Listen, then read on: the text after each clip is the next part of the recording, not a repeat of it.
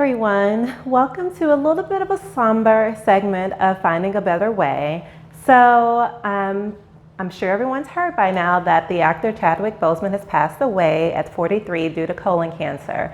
I just wanted to take a day to process, but then I thought I wanted to kind of actively process on the vlog because this is all about finding a better way. And in this scenario, I feel like it's about finding a better way to process grief and trauma, because honestly, if you asked me honestly, I would say 2020 has been such a tremendous year of loss and grief and trauma, like literally. So I just kind of wanted to openly process with everyone. I feel like if someone is feeling the same feelings that I'm feeling, it's nice to know that you're not alone, if that makes any sense. So kind of going back to how I opened this vlog post, I obviously really love him as an actor. It's, he's done amazing works. But even before Black Panther, y'all, there was he played Jackie Robinson, James Brown, Thurgood Marshall.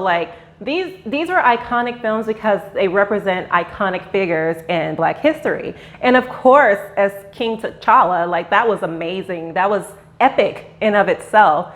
And I even like the lesser known films. I liked Draft Day. I thought 21 Bridges was really cool. He's just been an amazing actor, very versatile. So that's one thing, to lose great talent at such a young age from something so severe as cancer. But then when I think about it, I'm instantly reminded of how at the beginning of 2020, we lost Kobe, who was, again, iconic enough himself as a basketball legend. So young, gone too soon. And then, we lost John Lewis and even before that last year with Elijah Cummings. And it's just all these major figures of recent Black history gone. And then we think about people whose names have changed the world: George Floyd, Breonna Taylor. And it's crazy because I remember learning about those deaths even while I was in the process of still mourning Ahmaud Arbery.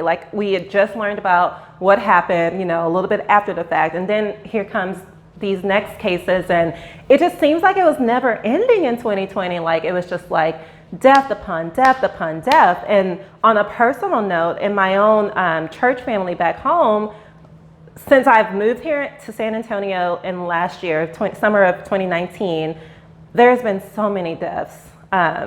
And people who played significant roles in my childhood and my upbringing. And so it just becomes a lot to process. You ask why so many back to back, and you feel such a weight and a heaviness for the families that are going through this tremendous loss, and just collectively as a nation, even understanding that the coronavirus affected minority communities more just because of the health disparities that are now illuminated. It's just a lot to process.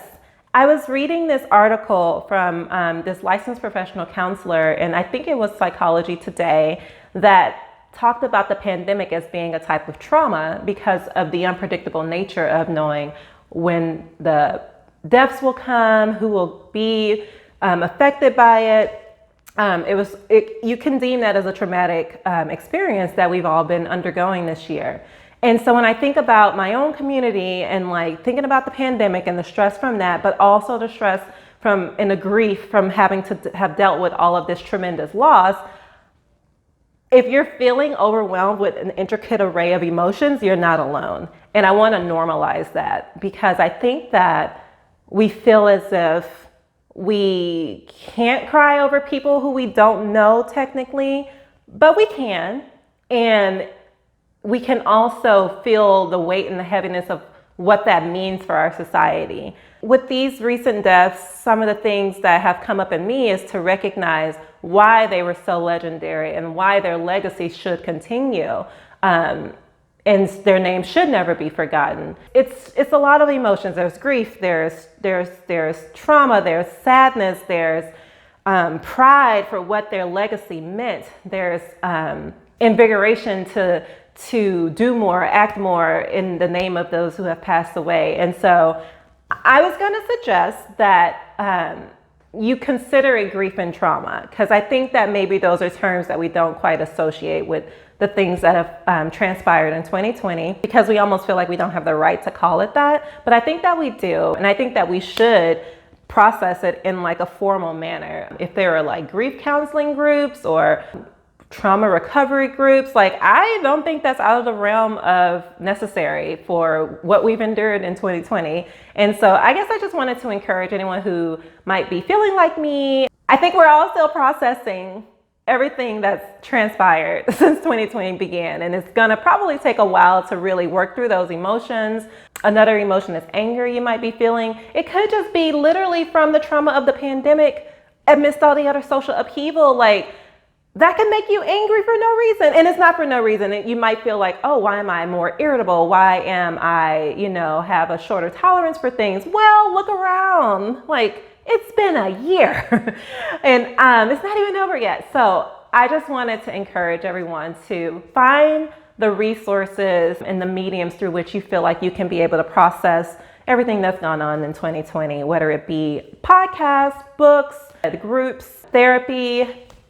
Do what you need to do, because it's been quite a year, and I just want to encourage everyone and myself to make sure that you process everything that's going on and give yourself time to heal while you process it, and also just be kind to yourself. One of my Facebook friends the other day posted like, cry, take a shower, go for a walk, and then cry some more. Like, do self-care to the max, because you deserve it. Like, this is a necessary time to make sure you're taking care of yourself while also processing all the grief and trauma. So, as usual, a little scatterbrained.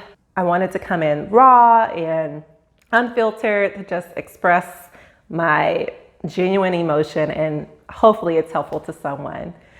So, that's all for today on Finding a Better Way.